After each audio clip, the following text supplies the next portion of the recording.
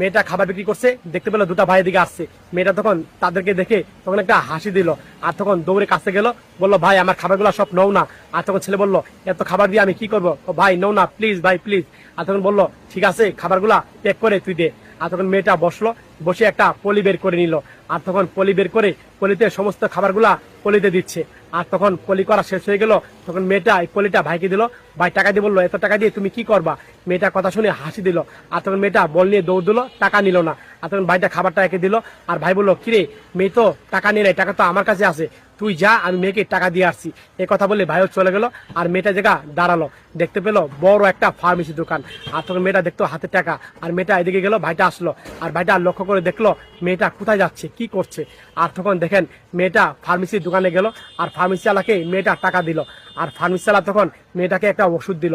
আর মেয়েটা ওষুধটা দাঁড়িয়ে দেখলো, ওষুধটা নিয়ে মেয়েটা চলে গেল। আর ভাইটা তখন ডাক দিল